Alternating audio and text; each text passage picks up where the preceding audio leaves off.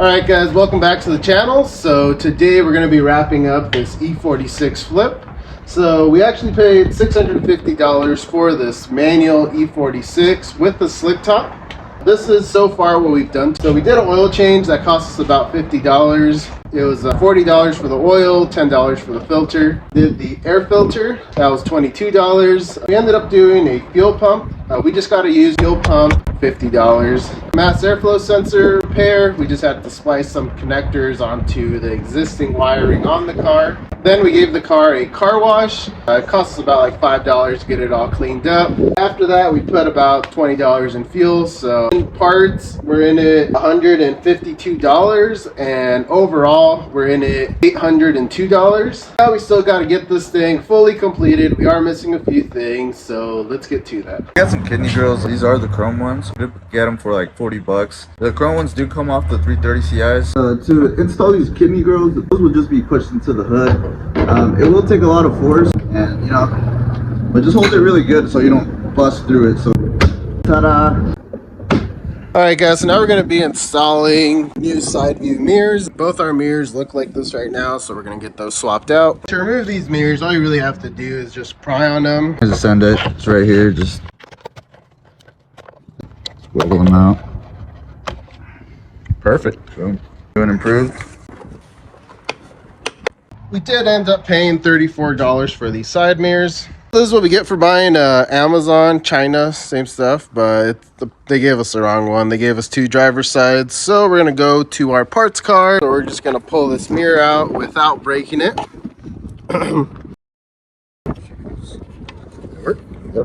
Got the driver's side installed. So now time for the big repair on this thing. We're going to end up dropping the subframe. That way we can do a oil pan gasket. So to replace the oil pan, you do have to unbolt a lot of stuff. So currently we do have our lower control arm unbolted.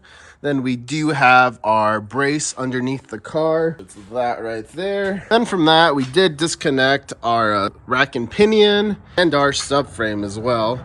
And to undo the subframe, you have to undo the motor mounts. And this right here is our shop motor mount. So we're going to be replacing this and putting a new unit on there. The one up here looks like it's been replaced recently, so we'll leave that. And we did also have to disconnect this sensor. So now we're just going to drain our oil and then start zipping all the bolts out of here for the oil pan. That way we can get that gasket replaced. And helping us out, we got Joe.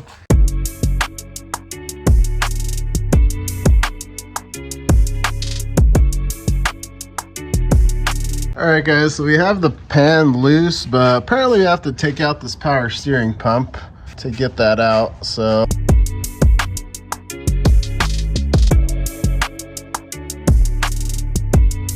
alright guys, power steering pump is removed, so now the oil pan should just come down. We just found out the water pump bearing is making a pretty shitty noise, so we're going to swap that out with the unit the old owner provided.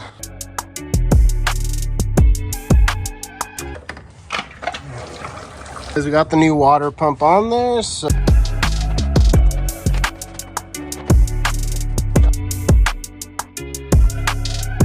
all right, so now that we have all that done, we are going to be polishing these headlights. So we're just using our drill with a little polishing pad on there and some compound.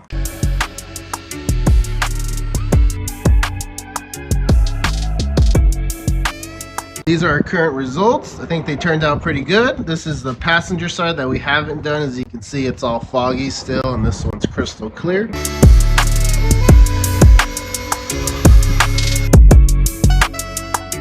Ta-da! Alright guys, this is turning out pretty good. Now it's time to tackle these lights. So we currently have a windshield wiper fluid light on. Alright, so let's put some windshield wiper fluid in here, and hopefully it doesn't just start leaking. Let's see if the light went away. The light did go away. We ended up spending $10 on this. Also ordered a new cabin air filter, so let's install that. Remove that. Get this crusty old filter out of here. So we got the new filter in there. Now to put the cover. All right, so now we're going to be installing this badge on our hood. We're going to use this rag. Use this as a buffer for our paint. And we're gonna have to pry on this. We are gonna be using our heat gun. That way, if there is some adhesive on there, we can, you know, help it out.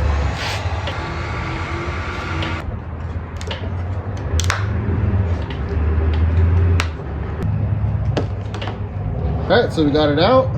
And we're also gonna be replacing these little pins here. Our new badge actually came with some, so let's do that.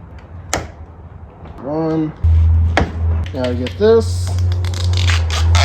And time to just apply some pressure. Actually looking really good, so time to do the rear badge. All right, so now we're gonna be installing this rear badge. We're just gonna use some Windex to get all the oils and contaminants off of there. This is what we were given for the rear badge. I'm not too sure if this is what's supposed to go on there, but this is what we got. All right, so it all lines up. Doesn't look terrible. We're gonna slap this on just because we believe this is what's supposed to go on there, but let's see. Looks pretty good.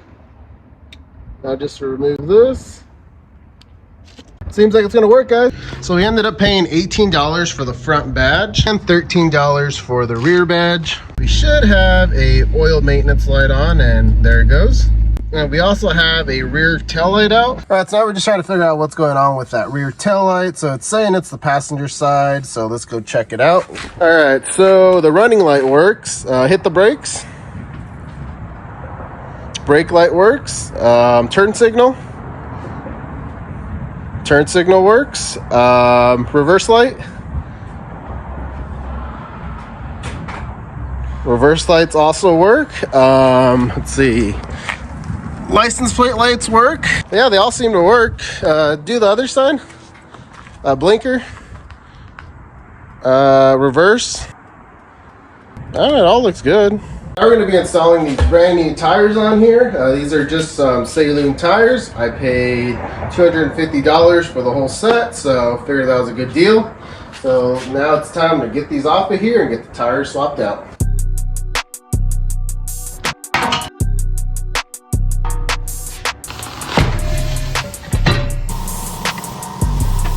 Alright guys, so I just figured out the tire machine doesn't have the plastic hooks, so it doesn't scratch up the wheels. So we're just going to take this over to my buddy's shop and get the new tires put on there. Alright guys, so the tire shop ended up being closed, so we're just going to rock these. But now we're going to be taking this thing to Bullhead City. It's about a 40-mile road trip. I'm sure these tires can do that. They are run flats. We're going to...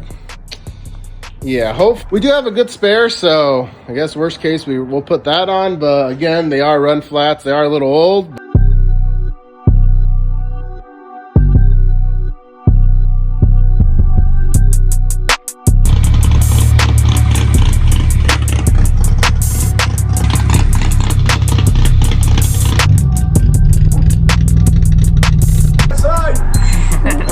Why? And then I like That thing's so small.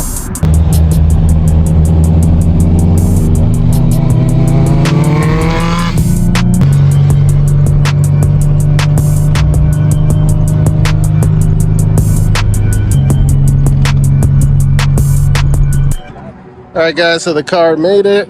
The Z made it. The Toyotas made it, of course.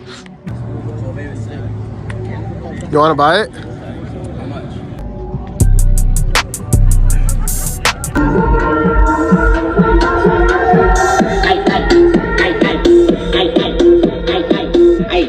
La veterana te tocó. ¿Qué veterano de qué? Agarre ahí. Un golpe de barriga chocando, no te me quites. está pensando en ti.